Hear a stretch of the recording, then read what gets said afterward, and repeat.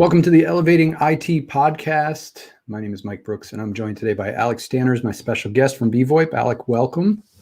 Thanks for having me, Mike. Appreciate being here. Yeah, it's great to catch up with you. And we are going to talk today about growing an MSP in 2021.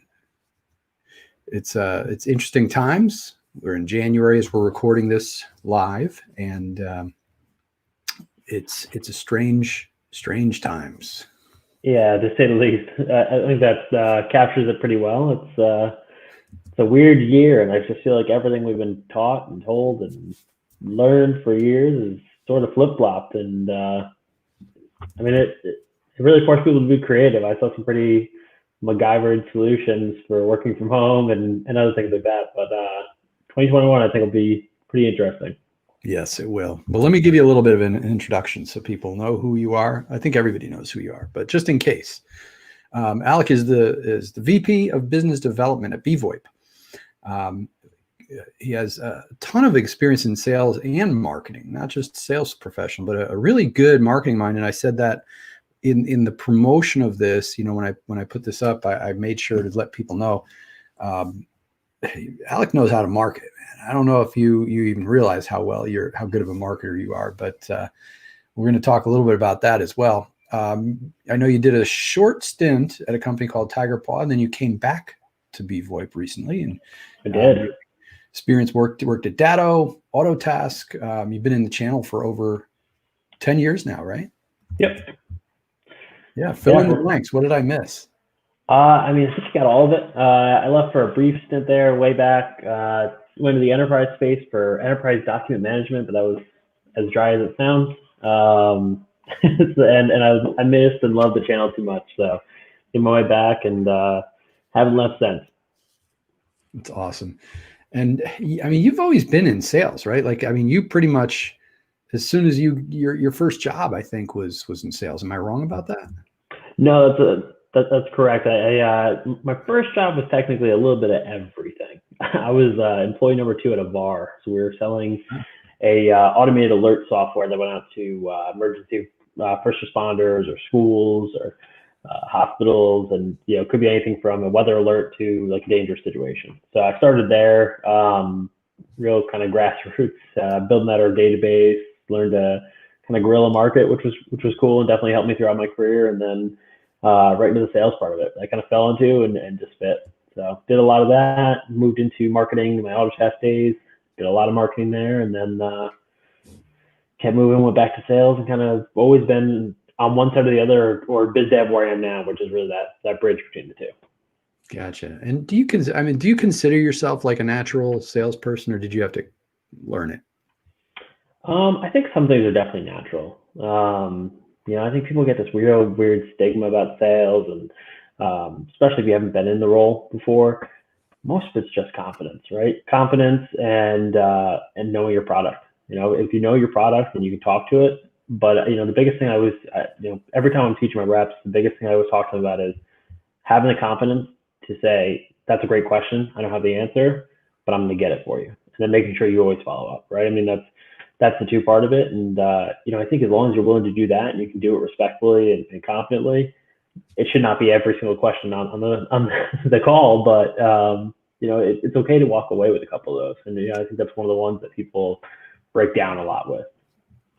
Now, when you say reps, are you talking about your reps inside of your company? Or are you talking about your MSP clients? So that I was talking about my specific reps throughout my roles. Gotcha. But definitely done plenty of training with different MSPs we worked with. VoIP is on the VoIP side specifically. bvoip definitely pushed me into that quite a bit. Just VoIP's an old service. It's been around forever. It's not exactly fun in a lot of the traditional senses. MSPs felt like they were not making much money, or it had technical issues, and was not one of those things they loved selling. So teaching them how different it could be with bvoip was one thing. And then the second thing was kind of getting over some of those stereotypes about, the lack of, people are used to the old days, right? When VoIP first came out, there was not a great infrastructure to support it. We didn't have the cloud we have today. You were relying on old POTS lines and old equipment inside of schools and businesses, and it was a mess. But going through some of that, and then not only that, but educating them on how to talk to the clients and how to resell it was definitely a cool experience for me, and paid off. Yeah, and you guys have made a lot of enhancements recently, a lot of new stuff going on with bvoip. You want to catch us up on? Yeah, George never sleeps. We're pretty sure he's robotic. The 220 something different feature enhancements in 2020, which is unbelievable. But wow. yeah, I mean, the cool thing there was really looking into the enterprise space and some of the cool features that are developed there. So the contact center features are a big one. You also like auto dialers and some of the direct routing and other things like that have come out over time. Being able to take those features that are normally so expensive and such a premium, being able to bring them down to our space, and not only let MSPs use them. We have mature MSPs who have a full-fledged sales team and want to enhance their ability, and they're putting stuff like a power dialer in. But at the same point, they're also turning around to their clients who might be, we have some bigger law offices out there that are in clients, and they have huge sales teams. They are some of the salesiest people you'll ever meet, and putting a power dialer in their hands where they can just dial away down a list. They get somebody, the dialer pauses, they go through their call, they hang up, they start dialing again. The best part is if they get to a number where no one answers, it's dropping a voicemail automatically, and they're already dialing the next person. So it cuts your time down dramatically. So stuff like that has just been pretty major for us. That's awesome. That's amazing. And so before you said I want to circle back to what we talked about with you with marketing as business development. I mean, that bridge, that, like you said, that bridges the gap between sales and marketing. Yep. What you said you had to MacGyver some stuff this year. I'm interested to hear what you've done. I honestly think a lot of the MacGyvering I've seen has been some of the MSPs and the way that they're approaching their clients. For us for the year, marketing has been definitely a change. We lost Alec. Let's see. I do. This is the part of the Facebook Live, YouTube Live, where I do a tap dance. There he is. Hey, that was weird. I don't know if that was the system. Like it seemed like the system kicked you off. It didn't seem like. Yeah, all of my other screens are up too. So I still have internet, but interesting. But yeah, so I mean, I think the year was definitely weird. We did a little bit of a weird shift in the beginning of the year because we've been such an in-person marketing, right? For years, we've had such success with meeting with our partners in person, whether it's at events or visiting their offices, that for us, all of a sudden having that cut off was bizarre. To give you an idea, I mean, in 2019, I flew 217,000 air miles. In 2020, I had flown back-to-back weeks of Australia to England and was, sitting in the lounge watching the TV when they were talking about the virus hitting Italy. And, next thing I knew, it was just done. Flights were grounded. I wasn't going anywhere. And so for us, it was definitely a weird shift right in the beginning. And, how do we still engage with them? We didn't want to get caught in just a massive amount of data that was coming, and the virtual events for us didn't really seem to let us have that same level of connection. So we did a lot more from a marketing standpoint. I'd encourage MSPs to think about it the same way downstream, right? I mean, think about how you're connected with your clients. And if you were the guy that won a lot of businesses by walking in with a box of Dunkin' Donuts coffee or Starbucks coffee and a smile and talking through your services, you have to figure this out, right? And whether it's get the CEO's, address and you're sending Starbucks to his house or offering a Starbucks gift card for him to take a meeting with you, there's ways to adapt it. We were lucky that pretty early on we have a lot of content creators internally. George writes a lot of content, I write content, we have a marketing team that's great with it. So we turned around and we just started using our MSP initiative. We rolled it out as really an education front where hopefully we can put some good out into the market and help everybody learn and grow. And if people hear the bvoip story and want to join up in the meantime, that's great. But it hit a great success. We actually broke it off into its own separate company as of Jan 1. And how do people get involved, or how can people make sure they're seeing the MSP initiative if they don't know about it? So easiest way is to head over to mspinitiative.com. So that's going to allow you to go right in there. You can go ahead and register for the upcoming sessions. You'll get reminders. We'll send you all the different layouts. And we did a little bit of a rework in the schedule. We took some formats we got some really good feedback from. Thanks. And took some other ones that maybe we have gotten a lot of requests for, and we started putting them into a nice rolling schedule. So you'll see a lot more of those coming out, but the sessions are every Tuesday and Thursday at 1 p.m. Eastern time. That's cool. And I know you guys are hitting the road. I talked to George recently. He was on a webinar or live. I can't remember what he did, but he came on and did some stuff. And you guys are back on the road again soon, right? We are. March will be the first one. So we are, last quarter, we really sat there and we're feeling frustrated with it. The MSPs are begging us to get out. People are hungry, just understand.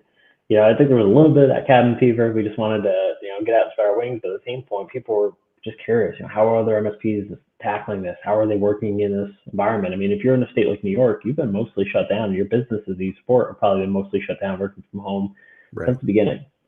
And I think we heard the cries and different community calls and different sessions kind of like this that kind of led us to, all right, how do we get on the road and how do we connect these people, connect their stories? So we just did it. We got an RV and went city to city, and it went really well. We ended up filming people's stories and asking the hard questions, and took that city to city and brought the lessons with us. And the response was terrific. So we're doing it 4 times this year. First one's in March. Second one will be in May. But we're rolling throughout the year. All the info is right on the website under Channel Strong. Cool. Talk to me a little bit about what you're hearing or what you heard on the road. What did you guys hear? What are the concerns? Because as we go into 2021, we want to kind of learn from what's happened and talk about what we're going to do in the future. Yeah, concerns were all over the board. PPP, it's unfortunately a big one we heard quite a bit. That was so different depending on where you were geographically, how long you've been with your bank, the amount of money you had with your bank. I mean, some people just got pure luck. So it was really hard to hear, and just some really rough stories out there that, my heart goes out to those MSPs, and I hope they're doing okay. But at the same point, some MSPs acted early on, and people were saying, hey, nobody's in the office the first time during the week. I'm getting in there and I'm going to swap out servers, or I'm going to get in there and I'm going to redo the phone lines. Something needs to be done for a long time, and they've just been putting it off. It's such a major project or such a pain to get around people's workspaces. That helped out a lot. I think the concerns that are coming up are the long term, right? I mean, we have a lot of businesses, even large scale big tech, that's saying we're never going back to the office, or we're permanently leaving the remote option on the table. I think those scenarios, it's how do I support that? Like, as an MSP, am I responsible now for your home laptop? Do your kids use that too? Is that also a Netflix device? I mean, what exactly am I now supporting, and who else am I letting into this network? And I think that's kind of where the uneasiness lies. And what is your opinion on that? Do you think that is going to make things harder, more difficult, or do you think it's going to make more opportunity, or do you think it'll just be, it's going to be the same kind of service and same kind of support that we've been doing, but maybe just a little expansion into net, Netflix is working right? So I think it's been a little bit of both. I think you have to set expectations up front, right? In terms of like very, very clearly outlined, not only in your meetings with them, but in your MSA. Make sure that you're really written out on what's in your services agreement in terms of what you're covering. Don't cover their laptop that's also going to be used by their kids who are drinking soda over it during the day while they're doing homeschooling. It's going to lead down a really headache filled road for you. But I think if clear lines are defined, they understand it, they agree to it, you agree to it, it's a countersigned agreement, then at least you've laid it all out. I think the other thing is there's MSPs who've done very well off this model. It's been very shy to play, and it's almost been a little bit of a taboo in the market. But some MSPs have tiptoed into it for a long time, whether it's the CEO of one of their large clients, and they've taken care of their home network. I've heard MSPs who started that way and now are doing full-blown, home automation systems. And right. I think I think there's definitely an opportunity realm for it, but I think it's a totally different animal. And I think you got to think ahead and you have to understand that market. And now you have two markets you're keeping up with, because you have really, if you're there, they're going to start to ask you for more and more and more. Like I said, home automation or printers at home or Wi-Fi setups at home. Wi-Fi in most homes is awful, whether it's the ISP or the equipment or the old wiring. There's a lot that you run into. So I think be ready, inform yourself, understand that market, because it's a whole other can of worms you could open. Yeah, it's interesting. We're and you. I'm sure you must see this reflect in what your community, what your users, what your partners are purchasing, right? You can see you can see what's happening, what's flowing through your business to their businesses. I can see it from the front end as well. With surprisingly, I was talking to Eric Torres from Datto this morning about this. Is that being an audit, we generate sales presentations. They use us for sales presentations, for prospecting presentations, and business review presentations. And I can tell you, I see people usage is up. People are using the system. They're active. We grew dramatically last year. So we're not seeing, if I had to put my finger on the pulse of and make an estimation on what's happening based on what's happening in our company, what I'm seeing in usage, I would say things are going great for everybody. It's very strange to say that. And I know that, I have talked to MSPs who've shut their business down, but with the wider user base, the growth has been, it's just, I haven't seen a slowdown. We've definitely seen some changes in what we've done. We saw a slowdown at the beginning, I think, because you had everyone, you had downstream customers who had said, we need all new phones, and then said, I don't even think we're going to go back to our office, or who knows when we'll be back to our office. And so a lot of stuff pushed back. Then we saw things starting to hit again, but then we saw kind of a shift of probably about the last 3 years. I know we check the stat about once a year or so. We've seen an increase in soft phones versus hard phones, and that is just gone way up this year. We haven't pulled the full stats on it yet, but I'm hearing it more and more on so many deals coming through. We don't sell hardware, so luckily that has not affected our business, but we do partner with some great hardware companies out there, and I think there's a time and a place for all of it. And some people always want a desk phone. Some people, especially lawyers, I find, always want that phone on the desk, and I think we'll still see them, but I think that'll probably change that market pretty heavily. It would not surprise me at all.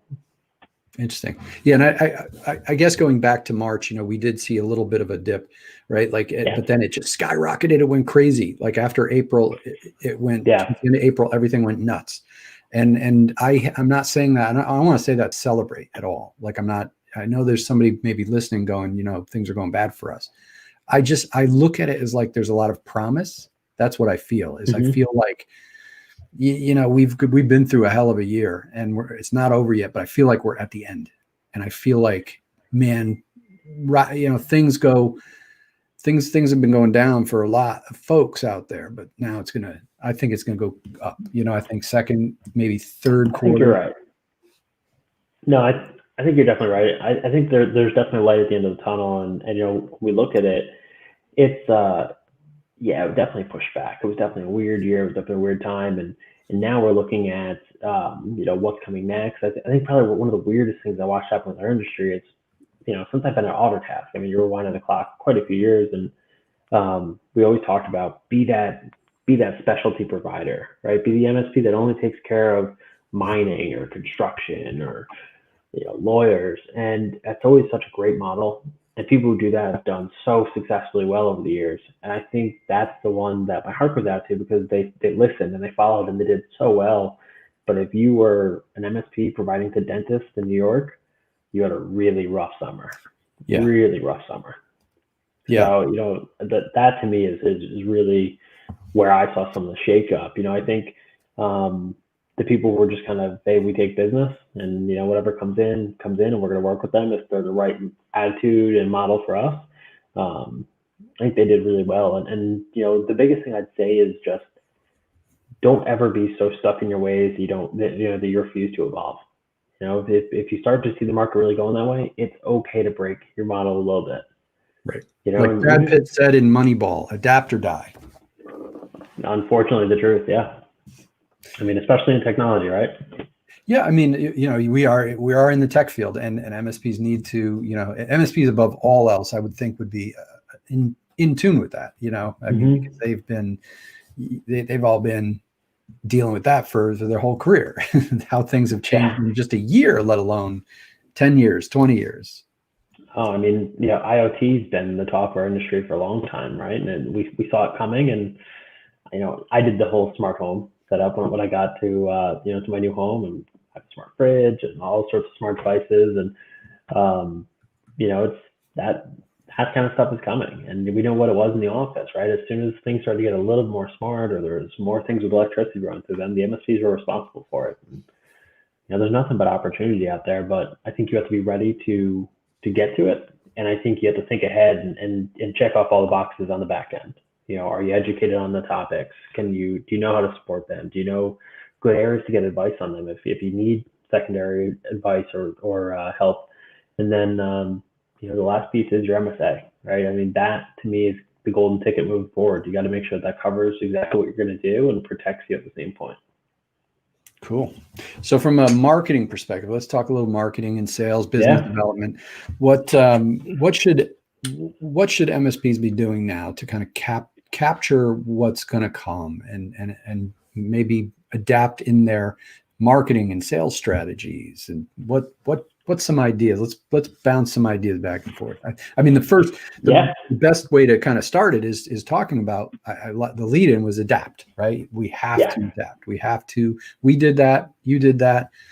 We all in the industry adapted to the situation, and I think we got to continue to adapt. So let's talk some boots on the ground ideas.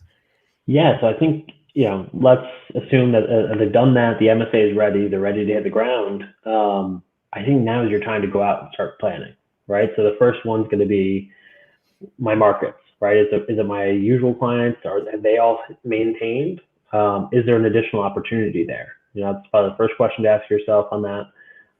If there is an additional opportunity and you're offering some at-home bundle or some additional opportunity to protect their home devices, you need to get that message into their hands immediately.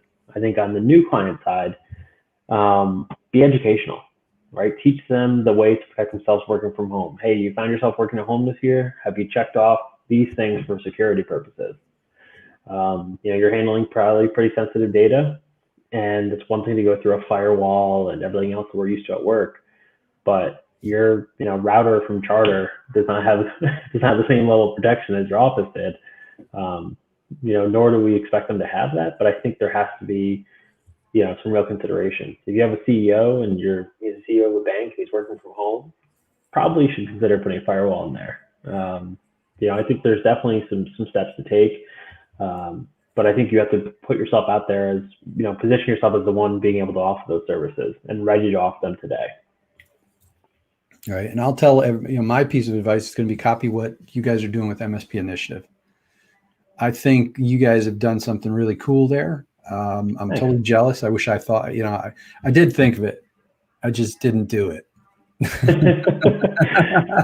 But there's only so much you can do, right? Like you guys are real action takers, and I think I agree with you that George is a robot and doesn't sleep because he accomplishes a lot. I want to examine what you guys did, because this is like brand building 101 a little bit.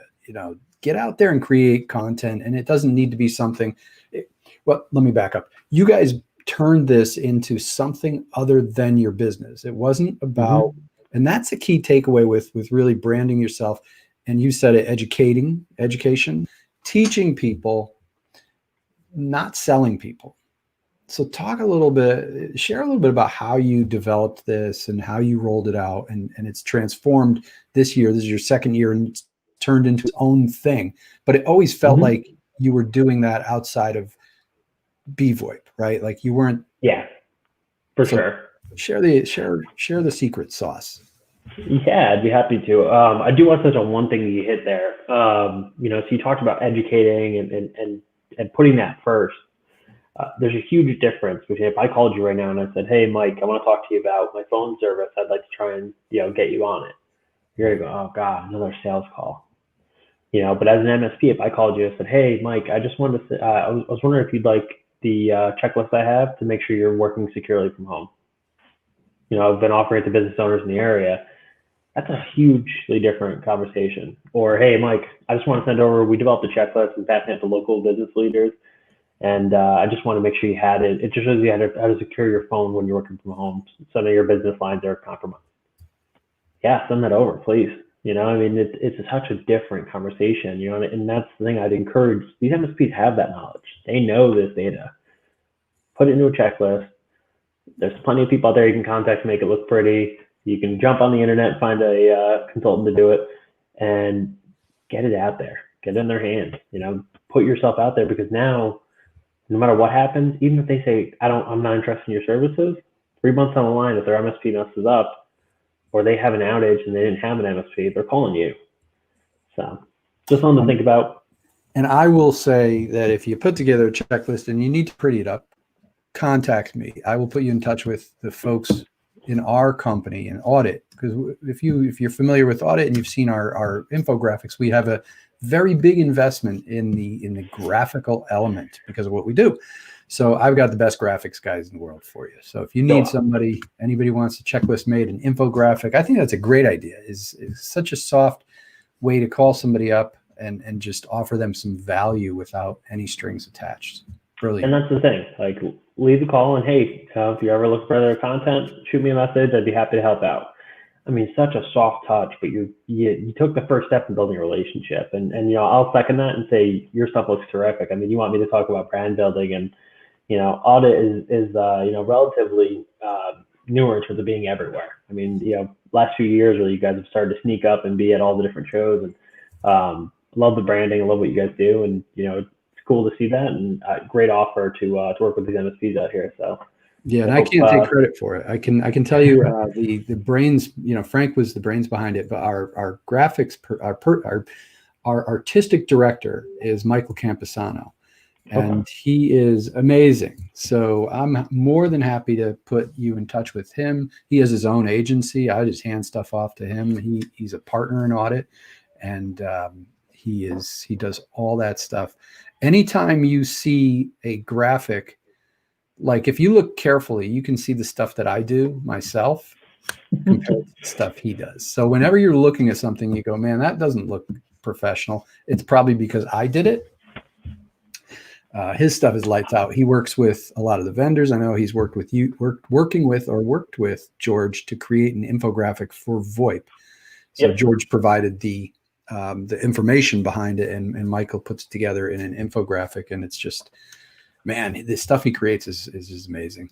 It's very sharp. I am with you. I'm also a marketer, but if I designed graphics for bvoip, we would not be getting as far as we are. So it's the problem is that it's become easy to do it these days. Like I know how to use Photoshop, but I don't even use it anymore. I don't have it because you don't need to. You've got Canva.com and there's plenty of graphics tools. You can take pictures on your phone and turn them into things. So I tend to do that. And, Michael will look at it and he'll go, what were you thinking when you tell me about what you were doing there? Because it's not quite right. Like the background for this channel is me. I just did it. I mean, it's real simple, but I try and follow the paradigm. But sometimes when you're marketing, and I'm a big advocate for running fast, get things out there, especially on social media, post things, they disappear so fast. You'd have to hire a team of graphic people to keep up with the amount of stuff you can put out. If you think of something, just, publish it out there. But absolutely. Yeah, go ahead. I don't want to step on you there. No, I was just gonna say, to what you were asking about the brand building, I think it's consistency. When you build a brand, there's some great examples there. Datto did a really good job with it. They lived that brand. You saw it everywhere. The employees wore it on their their clothes, and they just did such a good job at making sure it was everywhere. bvoip very much follows a similar pattern. bvoip had an old logo that I don't know if anybody remembers. It's awful. Please don't go look it up. But it's out there, and we wanted to represent ourselves more as what we were, right? It was very much technology driven. It felt more of a hardware company than what we are, which is a software company, and we wanted to represent that. And we did a pretty major shift with that, from a website down to a logo, and then, like I said, we lived it. Right? It was on our shirts. I have a jacket with it. All of our swag had it, and the more that you put it in front of people, whether it's on your website, there's little things, there's free things that people don't take advantage of. Like, how many employees do you have right now, and how many employees have a LinkedIn? How many of you have thought about handing out a background image for that LinkedIn? That has your logo in it cleanly and represents maybe a little bit about what you do. That's something that every person in your company should have. If you're not doing it today, that's free. Maybe graphics if you don't have anybody to do graphics, but that still will not cost you much, I promise, and put it out there. What about creating content? Like you said, you do content, George does content. Do you have people at your company? It seems like everybody's doing it. Yeah, I think that's one thing that we tapped into. You have people in your company that are doing different areas: marketing, sales, finance, HR. They're all experts in their own way. They're all learning things and understanding things. I mean, we had George sit down with, all of our accountants and say, all right, let's understand this PPP piece and let's write a piece about it.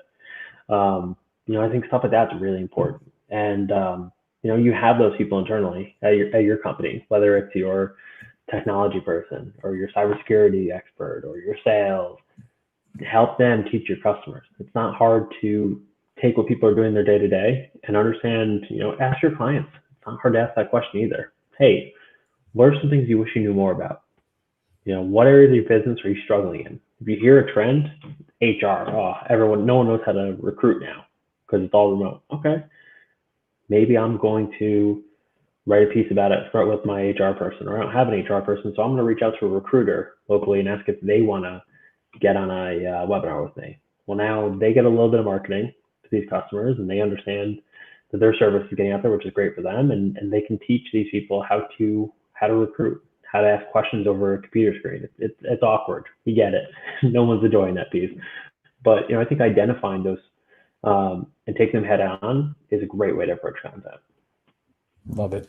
Perfect. That's a great place to leave it. This was great, Alec. I always love talking to you, and I'm going to have you back again for sure. The website is bvoip.com. Yep. And then how do folks learn more about you, get in touch with you? Yeah, absolutely. So bvoip.com is definitely an easy way to jump in. You can request a demo. We can show you some of the stuff we're doing, like that power dialer I mentioned earlier. We have our baseline phone system, quite a few other options that we can offer you. You can always reach out to me on LinkedIn. Always happy to connect, take some time and chat. But either way, I just appreciate being here, Mike, and look forward to the next one. Awesome. And if you folks would like to learn more about the Elevating IT podcast, find old episodes, watch the old videos, or even be a guest on the podcast, head over to auditforit.com/podcast. And we will love to hear your feedback, love to have guests on, and have a phenomenal rest of your day.